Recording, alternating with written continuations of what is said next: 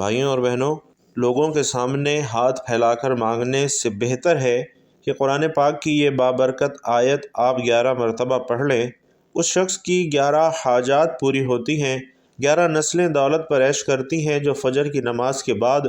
11 مرتبہ یہ آیت پڑھنا اپنا معمول بنا لیتا ہے۔ شروع اللہ تبارک و تعالی کے نام سے جو بڑا مہربان نہایت رحم کرنے والا ہے۔ ناظرین، اسلام بے شک سچا دین ہے اور اللہ تبارک و تعالی نے دنیا جہان کے تمام خزانے ہمارے پیارے نبی صلی اللہ علیہ وسلم کی جھولی میں ڈال دیے اور فرمایا کہ جس کو جو چاہو دے دو۔ اللہ سبحانہ و تعالی نے ہمارے نبی کریم صلی اللہ علیہ وسلم کو حوض کوثر کا مالک بنایا اور اس کا اختیار آپ صلی اللہ علیہ وسلم کے سپرد فرما دیا۔ ہمارے پیارے آقا صلی اللہ علیہ وسلم نے اپنی امت پر کھول کھول کر اللہ کے واضح احکامات سنا دیے اور فرما دیا کہ دولت کس طرح اور کن لوگوں کو ملتی ہے۔ اگر امت نبی علیہ الصلاۃ والسلام کے فرمودات پر عمل کرنے لگے تو یہ امت اس دنیا کی امیر ترین امت ہو سکتی ہے۔ لیکن ناظرین، افسوس تو یہ ہے کہ اس امت کے لوگ آج در بدر مارے مارے پھرتے ہیں اور دوسروں کے سامنے اپنی چھوٹی چھوٹی ضروریات کے لیے ہاتھ پھیلاتے ہیں۔ اپنے آج کے اس بیان میں قرآن پاک کی ایک ایسی آیت مبارکہ کا عمل بتا رہا ہوں کہ اگر کوئی بھائی بہن ہر روز اس آیت مبارکہ کو فجر کی نماز کے بعد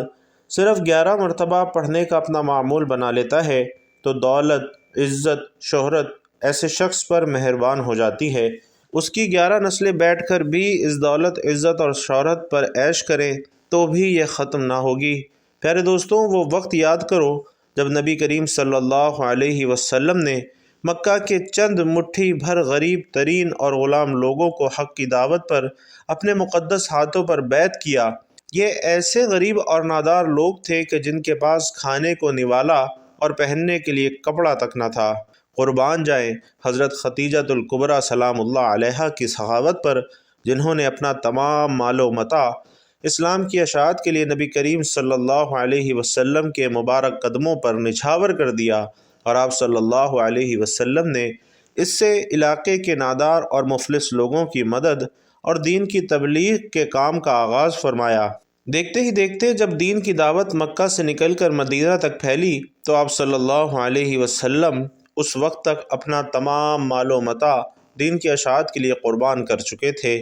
حالات ایسے کشیدہ تھے کہ خود نبی کریم صلی اللہ علیہ وسلم کی اپنے گھر میں ایک وقت کے کھانے کے لیے چند نوالے بھی میسر نہ ہوتے تھے، اور پھر اللہ سبحانہ و تعالی نے نبی رحمت صلی اللہ علیہ وسلم کو اپنی رحمتوں کے ایسے دریا عنایت فرمائے کہ دیکھتے ہی دیکھتے چند ہی سالوں میں امت مسلمہ اتنی مالدار ہو گئی کہ حضرت عمر فاروق، عثمان غنی، مولا علی علیہ السلام اور آپ کے بعد آنے والے ادوار میں امت کے پاس اس قدر وسیع و عریض خزانوں کے انبار تھے کہ مسلمان دوسری اقوام کی مدد کرنے والے بن گئے، ان کی داد رسی کرنے والے بن گئے۔ دوسری اقوام کو روپے، پیسے، اناج اور غلے کے علاوہ جس بھی چیز کی ضرورت ہوتی، اس وقت کے مسلمان حاکم ان کی ضرورتوں کو پورا کرنے میں پیش ہوتے۔ اسلامی سلطنت پر اللہ سبحانہ و تعالی کی ایسی بیش بہا عنایتیں اور نعمتیں برسیں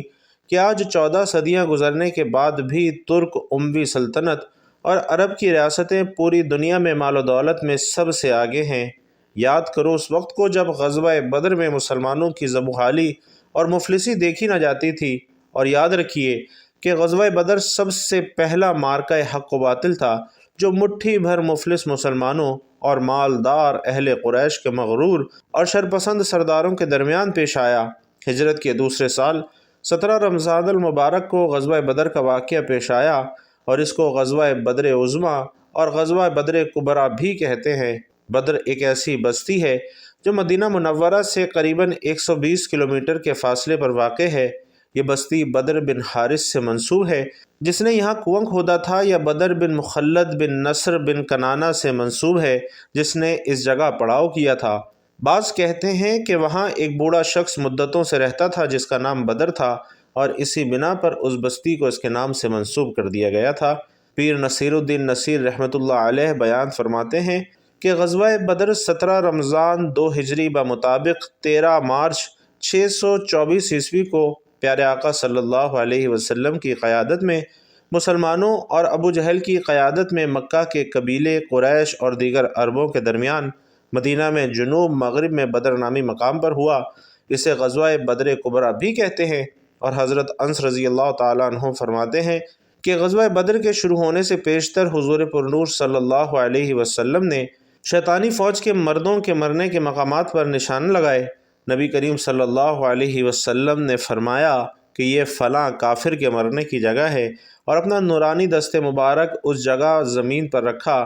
اور یہ فلاں مردود کے گرنے اور مرنے کی جگہ ہے۔ حضرت انس رضی اللہ تعالیٰ عنہ فرماتے ہیں کہ پھر جہاں آقا صلی اللہ علیہ وسلم نے ہاتھ رکھا تھا اس سے ذرا بھی فرق نہ ہوا، اور ہر کافر عین اسی جگہ مرا۔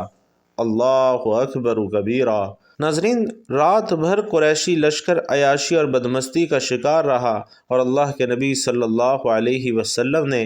بارگاہ ربوبیت کے حضور آہوزاری میں وہ رات گزاری، اور قادر مطلق نے فتح کی بشارت عطا فرمائی۔ قریش مکہ چونکہ پہلے مقام پر پہنچ گئے تھے، اس لیے انہوں نے مناسب مقامات پر قبضہ جما لیا تھا، بخلاف اس کے مسلمانوں کی طرف چشمہ یا کنواں تک نہ تھا، اور مسلمانوں کی مفلسی کا یہ عالم تھا کہ جس مقام پر مسلمانوں کی مٹھی بھر فوج کو جگہ ملی وہ زمین ایسی ریتلی تھی کہ اونٹ کے پاؤں ریتلی زمین میں دھس جاتے تھے۔ خشک اور ریتلی زمین 313 مسلمانوں کے لشکر کی حرکت کی سبب ایسی گرد آلود تھی کہ اپنی ہی سپاہ کی نقل و حرکت کا اندازہ نہ ہوتا تھا، لیکن پھر تائید ایزدی اور رحمت الہی عز و جل سے وہاں پر ایسا رحمت والا می برسا جس سے گرد جم گئی، اور نبی صلی اللہ علیہ وسلم کے حکم کے مطابق جا بجا پانی کو روک کر چھوٹے چھوٹے حوض بنا لیے گئے۔ پوری وادی جل تھل ہو گئی، سب پانی سے سیراب ہوئے، غسل کیا، وضو کیا، اپنے تمام اونٹوں کو پانی پلایا اور مشکیزیں بھر کر رکھ لیے۔ ریگزار مضبوط اور سخت ہو گئی، کفار کی زمین میں کیچڑ پیدا ہو گیا، اور اس قدرتی احسان کا رب کریم نے قرآن مجید میں اس طرح ذکر فرمایا ہے، اور آسمان سے تم پر پانی اتارا کہ تمہیں اس سے ستھرا کرے اور شیطان کی ناپاکی تم سے دور فرمائے، اور تمہارے دلوں کی ڈھارس بندھائے اور اس سے تمہارے قدم جمائے۔ ناظرین، حضور نبی کریم صلی اللہ علیہ وسلم کے دست اقدس میں ایک تیر تھا، اس کے اشارے سے آپ صلی اللہ علیہ وسلم مجاہدین کی صفیں قائم فرما رہے تھے۔ مہاجرین کا علم حضرت مصعب بن عمیر کو، خزرج کے علم بردار حباب بن منظر اور اوس کے علم بردار سعد بن معاذ مقرر فرمائے۔ چنانچہ لشکر اسلام کی صف آرائی ہوئی، اور مشرکین مکہ بھی مقابل میں صفیں باندھے کھڑے تھے۔ حضور سید دو عالم صلی اللہ علیہ وسلم نے میدان بدر میں اپنے جانثار سپاہیوں کو دیکھا، اور ان کی قلیل تعداد، مفلسی اور بے سر و سامانی کو بھی دیکھا، تو بارگاہ خداوندی میں یوں التجا کی: اے اللہ، تو مجھ سے جو وعدہ فرمایا ہے وہ پورا فرما۔ اے اللہ، اگر آج یہ مٹھی بھر نفوس بھی ہلاک ہو گئے تو پھر قیامت تک تمام روئے زمین پر تیری عبادت کرنے والا کوئی نہیں رہے گا۔ جبکہ ابن اسحاق کی روایت میں ہے کہ جب قریش مکہ کے کافر سامنے آئے تو آپ صلی اللہ علیہ وسلم نے یوں دعا فرمائی کہ اے میرے اللہ، یہ قریش کے لوگ بڑے غرور اور فخر کے ساتھ پیغمبر سے لڑنے اور جھٹلانے کو آ رہے ہیں، اپنی مدد بھیج جس کا تو نے وعدہ فرمایا ہے، یعنی وہ وعدہ یہ کہ پیغمبروں کو غلبہ ہوگا جیسے اس آیت مبارکہ میں ہے، اور بے شک ہمارا کلام گزر چکا ہے ہمارے بھیجے ہوئے بندوں یعنی رسولوں کے لیے کہ بے شک ان کی مدد ہوگی، اور بے شک ہمارا ہی لشکر غالب آئے گا۔ آخر روحانی تسکین کے لیے فرمایا: اب بھگائی جاتی ہے یہ جماعت اور پشتے پھیر دیں گے۔ سیدنا ابن عباس رضی اللہ تعالیٰ عنہ سے روایت ہے کہ نبی کریم صلی اللہ علیہ وسلم نے غزوہ بدر کے دن فرمایا کہ یہ جبرائیل علیہ السلام اپنے گھوڑے کا سر تھامے اور لڑائی کے ہتھیار لگائے ہوئے آئے ہیں۔ حدیث پاک میں اس طرح بیان ہے کہ حضرت سیدنا علی علیہ السلام فرماتے ہیں کہ میں بدر کے کنویں سے چلو بھر بھر کر پانی ڈول میں ڈال رہا تھا کہ ایسی تیز ہوا آئی کہ میں نے کبھی ایسی تیز ہوا نہ دیکھی تھی۔ ہوا آئی اور گزر گئی، پھر ایک اور تیز ہوا آئی کہ اتنی تیز ہوا میں نے پہلے کبھی نہیں دیکھی تھی بجز اس ہوا کے جو اس سے پہلے آئی تھی۔ پہلی ہوا حضرت جبرائیل علیہ السلام تھے جو 1000 فرشتوں کے ساتھ رسول اللہ صلی اللہ علیہ وسلم کے ساتھ رہنے کے لیے نازل ہوئے تھے، جبکہ دوسری ہوا حضرت میکائیل علیہ السلام تھے جو 1000 فرشتوں کے ساتھ نازل ہوئے تھے۔ تیسری ہوا حضرت اسرافیل علیہ السلام تھے جو 1000 فرشتوں کے ساتھ نازل ہوئے تھے، اور اسے امام حاکم رحمۃ اللہ علیہ نے بیان کیا ہے کہ اللہ تعالیٰ کا ایک فرشتہ ساری دنیا کے کافروں کو مارنے کے لیے کافی تھا، مگر پروردگار کو یہ منظور ہوا کہ فرشتوں کو بطور سپاہی بھیجے اور ان سے عادت اور قوت بشری کے موافق کام لے۔ حضرت رفاعہ بن رافع رضی اللہ تعالیٰ عنہ جو کہ بدری صحابہ کرام رضوان اللہ تعالیٰ علیہم اجمعین میں سے ہیں، انہوں نے فرمایا کہ حضرت جبرائیل علیہ السلام نبی کریم صلی اللہ علیہ وسلم کی بارگاہ میں حاضر ہوئے، عرض کرنے لگے کہ آپ بدر والوں کو کیسا شمار کرتے ہیں، یعنی آپ کے وہ صحابہ جنہوں نے بدر کی جنگ میں شرکت کی تھی، آپ کی نظر میں ان کی کیا اہمیت ہے؟ تو آپ صلی اللہ علیہ وسلم نے فرمایا سب مسلمانوں سے افضل ہیں، یا پھر اس جیسا کلمہ ارشاد فرمایا۔ حضرت جبرائیل علیہ السلام نے فرمایا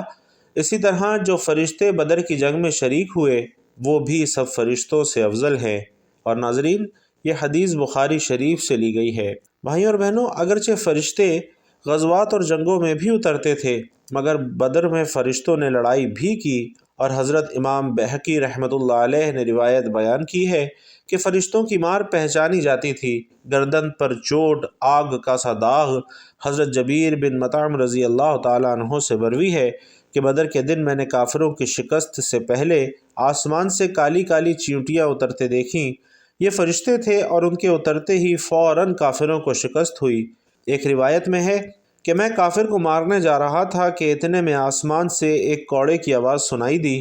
کوئی کہہ رہا تھا کہ اے خزدم آگے بڑھ، اور پھر وہ کافر مر کر گر پڑا، جبکہ اللہ سبحانہ و تعالی نے قرآن مقدس میں اس جنگ کی منظر کشی ان الفاظ میں فرمائی ہے کہ دونوں فوجیں آمنے سامنے مقابل ہیں، حق و باطل، کفر و اسلام، نور و ظلمت، نیکی و بدی اور خیر و شر، بے شک تمہارے لیے نشانی تھی دو گروہوں کی جو آپس میں لڑ پڑے، ایک جو تھا اللہ کی راہ میں لڑتا اور دوسرا کفر کی، مسلمانوں نے جو آنکھوں دیکھا اپنے سے دگنا سمجھے۔ ناظرین، اس میدان بدر میں ابو جہل کے علاوہ امیہ بن خلف جس نے حضرت بلال حبشی پر بے پناہ ظلم ڈھائے تھے، اور ابو بختری جیسے اہم سرداران قریش بھی مارے گئے، اور یہ مغرور لشکر میدان چھوڑ کر بھاگ کھڑا ہوا۔ اللہ سبحانہ و تعالی نے اسلام کو فتح دی، اور دنیا نے دیکھ لیا کہ فتح اور شکست میں مادی قوت سے زیادہ روحانی قوت کا دخل ہوتا ہے۔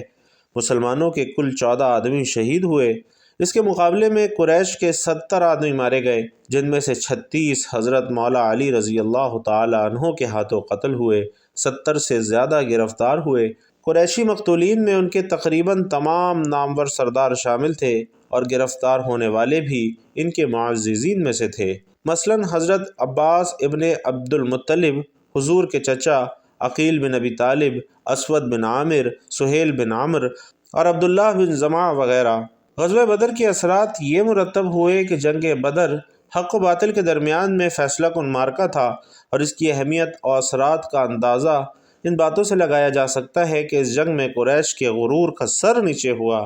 میدان بدر میں آنے والے قریشی لشکر کی حالت یہ تھی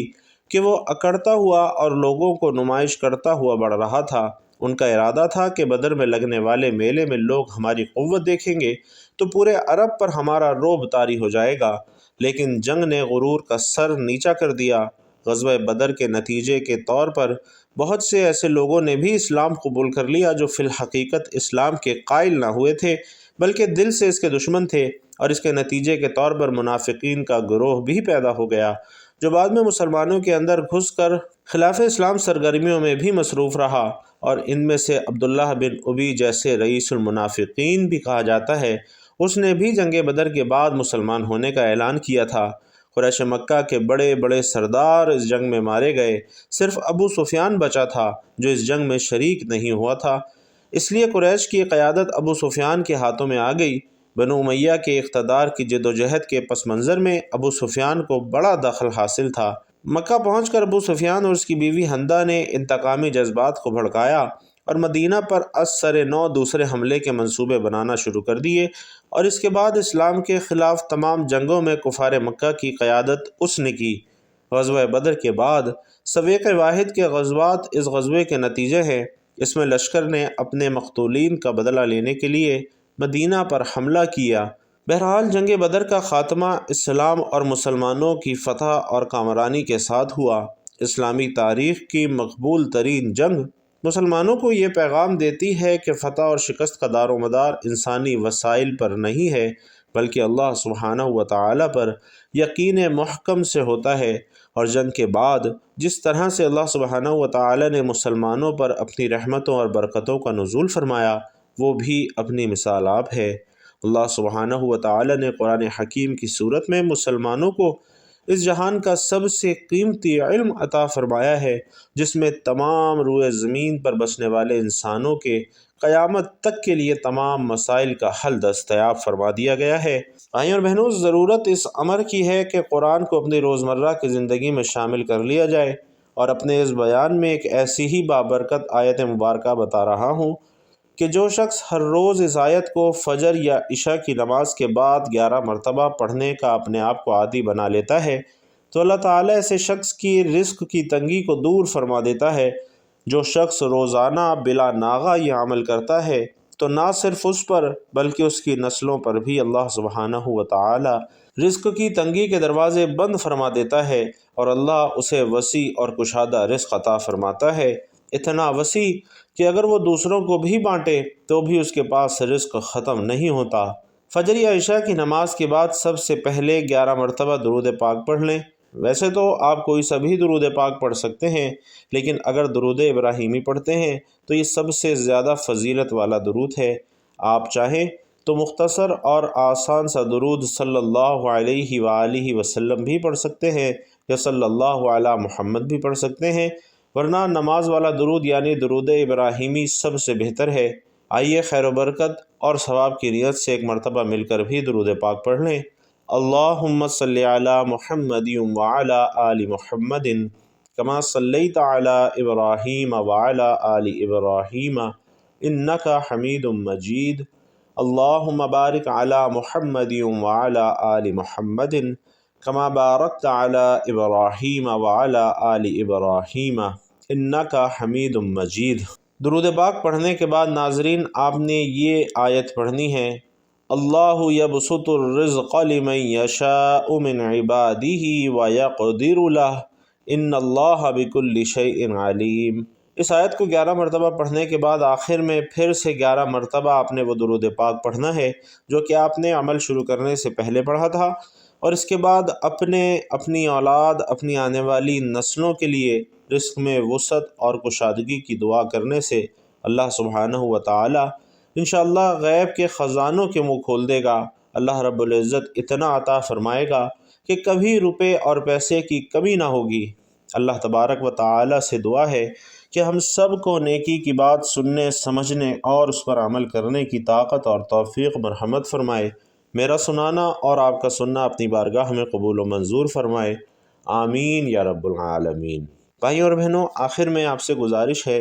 کہ اپنے رزق میں وسعت، برکت اور کشادگی کے لیے اللہ تعالیٰ کا انتہائی طاقتور صفاتی نام یا رزاقو کمنٹ باکس میں ضرور لکھتے جائیے گا۔ اللہ تبارک و تعالیٰ آپ سب کا حامی و ناصر ہو، آمین یا رب العالمین۔